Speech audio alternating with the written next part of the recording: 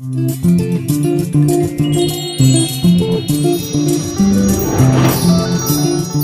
تشتري ايه بالجنيه المصري في اليوم؟ ولا حاجه. بجد والله؟ انت بتشتري حاجه؟ جنيه مصري. سجاير. سيجاره. خليك معايا ثواني. الو. خليك معايا ثواني. تشتري ايه بالجنيه في اليوم؟ اشتري ايه بالجنيه في اليوم؟ خليك معاه ثواني بقى. تمام وصلت، شكرا. بمنتهى الصراحه. بمنتهى الصراحه؟ مش مركز بصراحه. بالجنيه؟ كل سنه وانتم طيبين. شكرا جدا. والله احنا ممكن نقول ان الجنيه المصري دلوقتي الله يرحمه ممكن نطلع له جنازه ونمشي عليها. احنا بنجري ليه كده؟ مش احنا اللي بنجري، ده النعش طاير. الجنيه ممكن تشتري بيه ايه؟ الجنيه ممكن اشتري بيه ايه؟ مش مركز. مش مركز برضه. بتعمل بيه ايه طيب؟ اعمل بيه ايه؟ اقصى حاجه تقول له هات لي سندوتش فوق. الجنيه النهارده ما بلاقوش قيمه يعني، حتى لو اديت واحد غلبان ما بقاش عاجبه يعني. مش عارف ارد عليك اقول ايه. ده انا بصرف اكتر منه 500 مره. هو جنيه مترو مثلا اللي بيتركب بيه بس. اعمل بيه ايه؟ هو بيعمل حاجه؟ بيفطرني وبيغديني وبيعشيني في اليوم. في اليوم.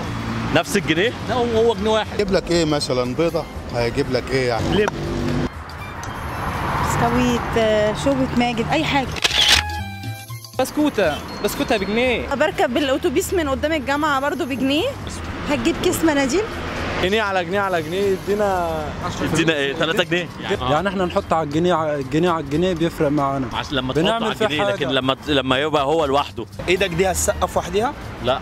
طيب خلاص لازم دي معاه عشان تعرف تعمل كده. ماشي. فهو الجنيه لما تحطه على الجنيه هتعرف تشتري بيه.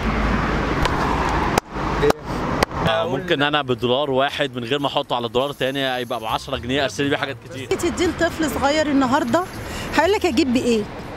ممكن تجيبي بيه ايه؟ هو اولا انا بشتري بالجنيه دوت كيس شيبسي لابني. شيبسي مش بجنيه اصلا، مفيش شيبسي بجنيه.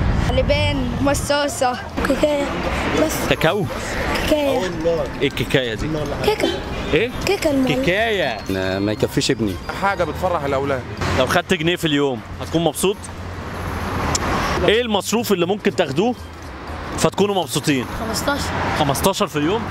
تجيب رغيفين وطعميتين وتفطر. ممكن نجيب ب 50 قرش فول وب 50 قرش طعميه بس ما فيش عيش. ممكن بسكوت وممكن بسكوت. ممكن تحلق بيه مثلا. اديله واحد غلبان حسن ب10 امثاله. بره بين مصر. صبح على مصر بجنيه. صبح عليها، بس انا مستلف 25 جنيه من الشركه. تتوقع له ايه في المستقبل طيب؟ ولا حاجه. زيه زي اي ربع جنيه او شيلين او باريسه. هيبقى قد السلم. ان شاء الله. ان شاء الله يعني بتقدم المشيئه. خلاص هو انتهى من زمان اساسا. مفيش امل خالص. لا مفيش اي. ما تقترحش اي حل عشان ايه؟ ولا اي حل ولا اي حاجه. هو في المستقبل مش هيبقى ليه ثمن. هيبقى ملوش اي صنف اللازمه. اللي هو هيتنحي خالص. هيتنحي. هو الجنيه اصبح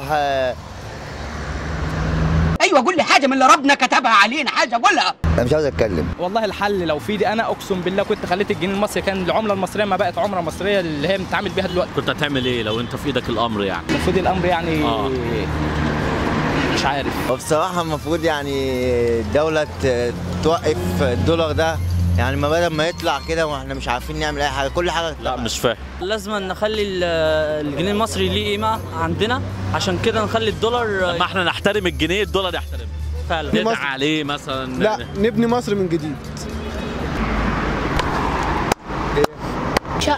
شقه بالجنيه؟ شايفه شقه. طفل ظريف. احنا 90 مليون. 90 مليون شيل منهم كم اخواني؟ والمليون هيتفضل كم؟ 80 مليون. 89 مليون بقى. 89 مليون. لو 89 مليون تبرع كل يوم بجنيه يبقى الدخل الدولة بتاعتك كام؟ 89 مليون جنيه. لو كل يوم 89 مليون تمام، في الشهر بكام؟ خطة في منتهى الذكاء يا عم خير.